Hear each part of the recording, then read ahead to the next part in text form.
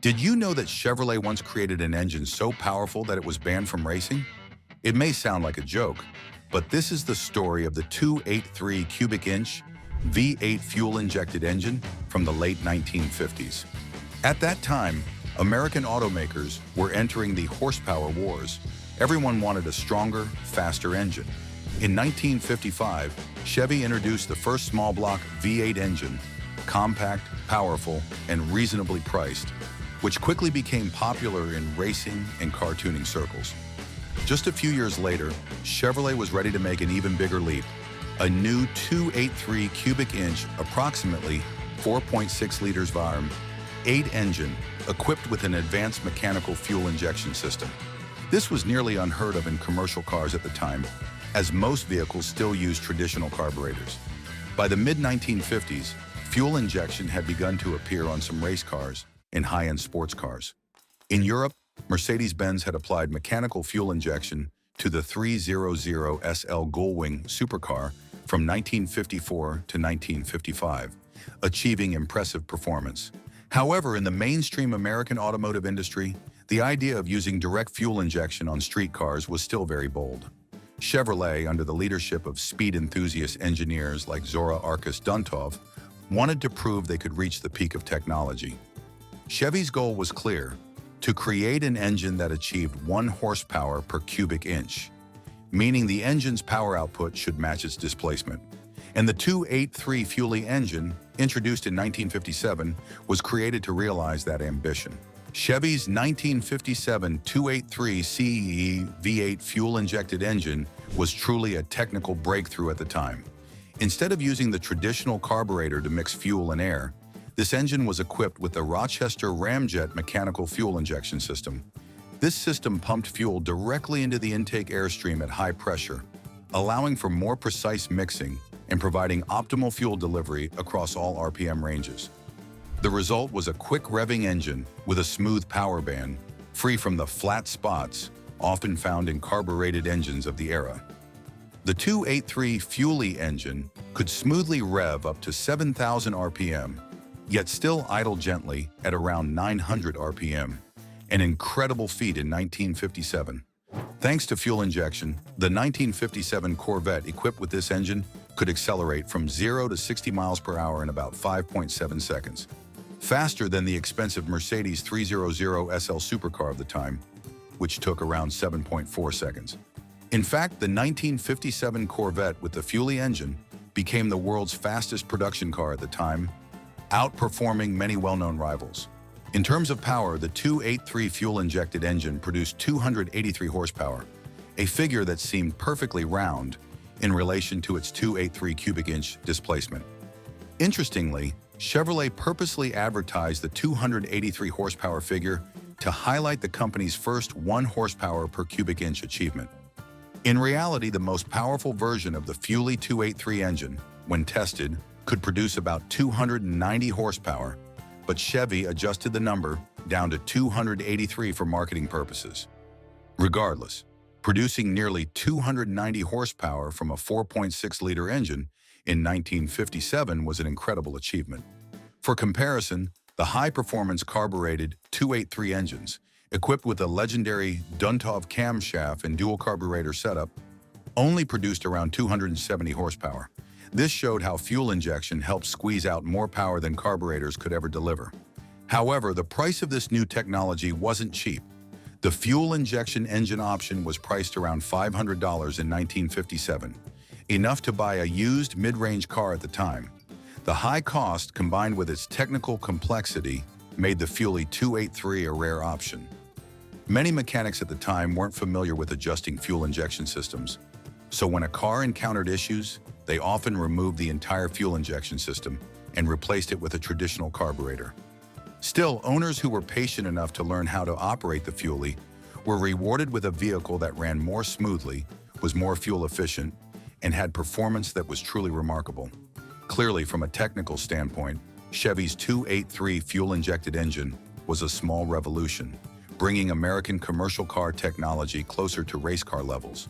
But just as it began to shine, the storm was about to hit. Soon after its launch, the 283 fuel-injected engine began to make waves on the racetrack, especially in the 1957 NASCAR Grand National Series.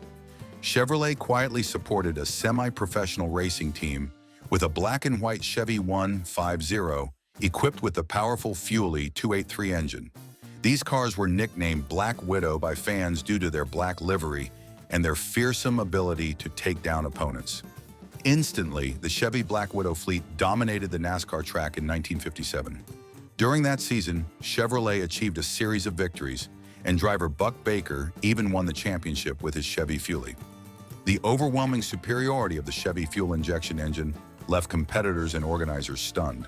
The reaction from NASCAR officials was swift and just as shocking as the engine itself. NASCAR President Bill France Sr. immediately issued a ban on the use of fuel injection systems and superchargers in all NASCAR races, right in the middle of the 1957 season. In other words, Chevy's 283 Fuel-Y engine was banned from NASCAR simply because it was too powerful.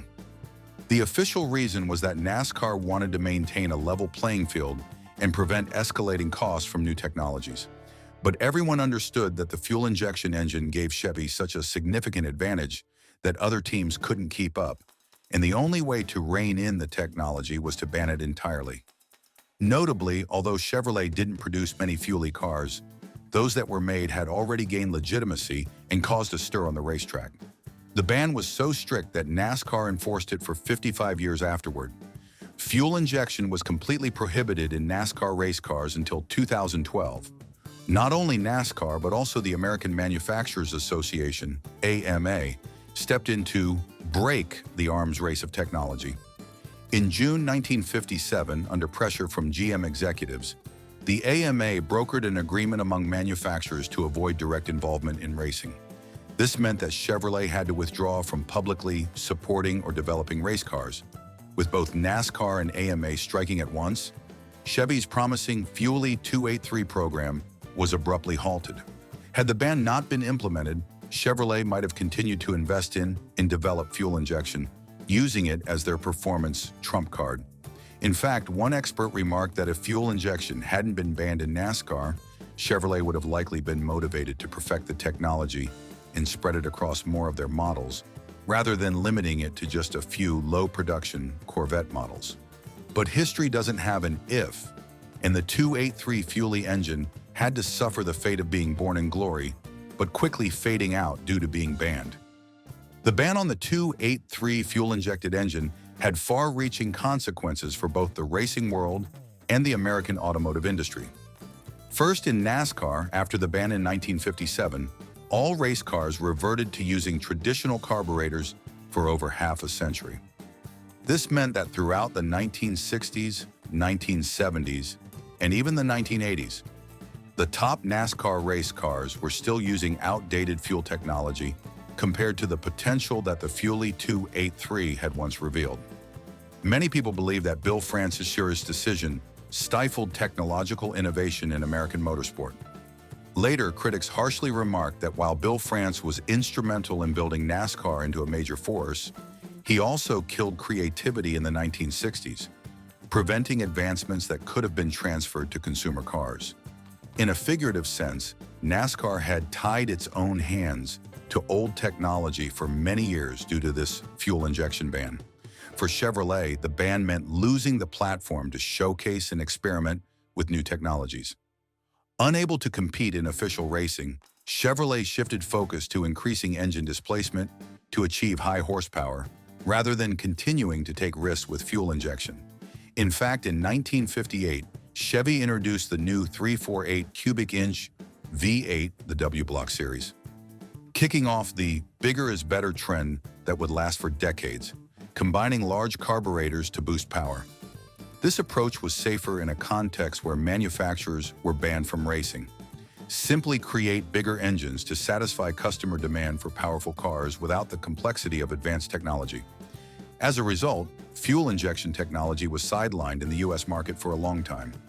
Chevrolet continued to offer fuel injection options for the Corvette into the early 1960s, but the numbers were very limited.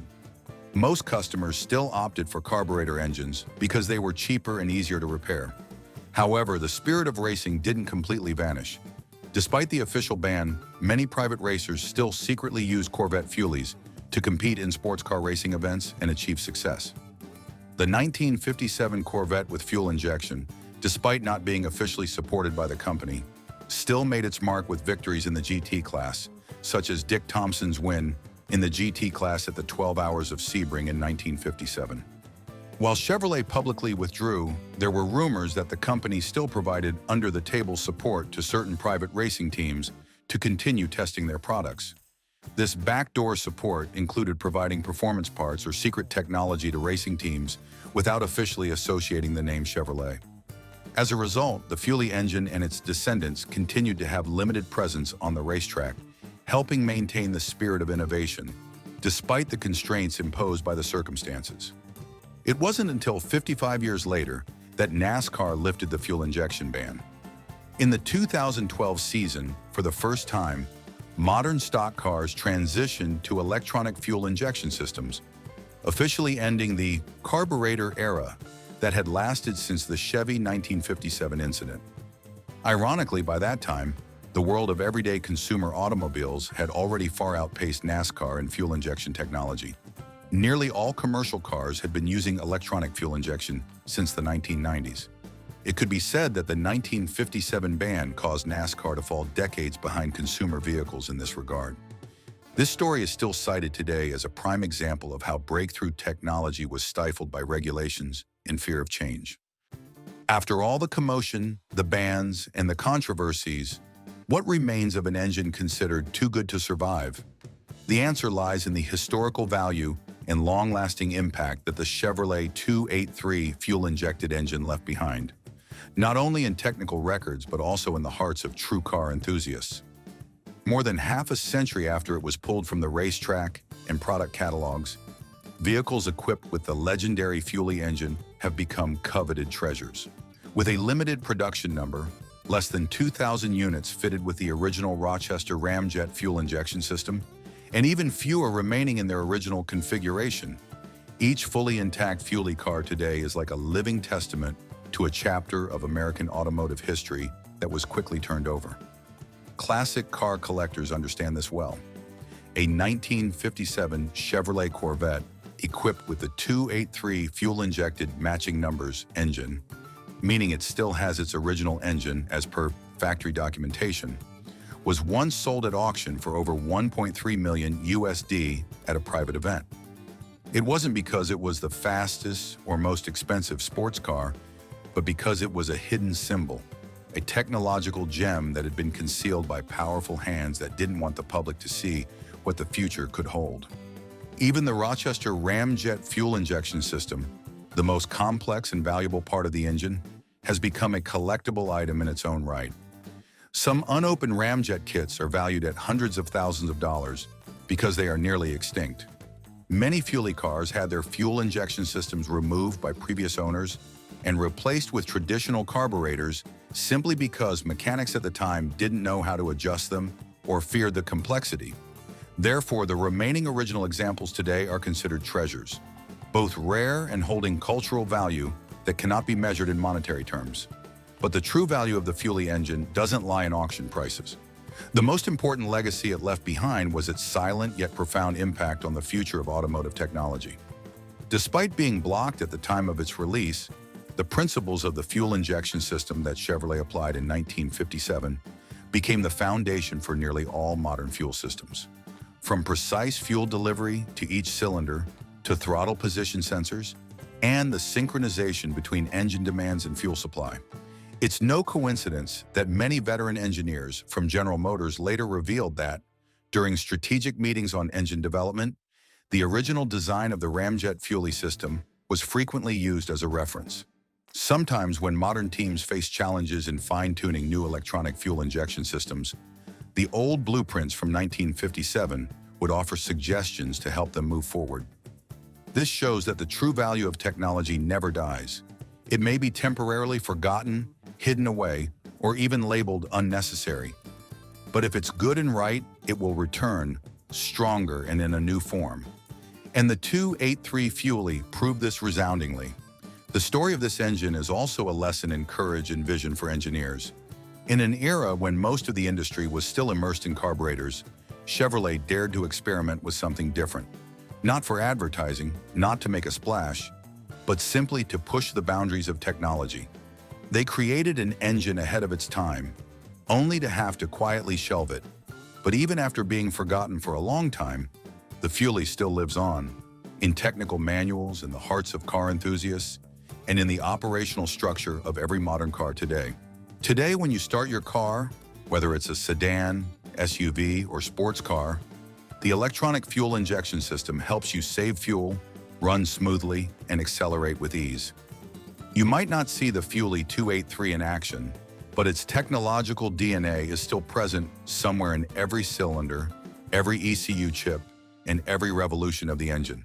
And that is the most magical part of pioneering technology. It doesn't need to exist forever in its original form, because its spirit has already deeply integrated into the entire industry. And if you find today's story fascinating enough to make you nod along, or if you learn something new and interesting about cars, don't forget to subscribe to the channel so I have more motivation to bring you more technical, unique, and emotional stories like this. See you in the next video.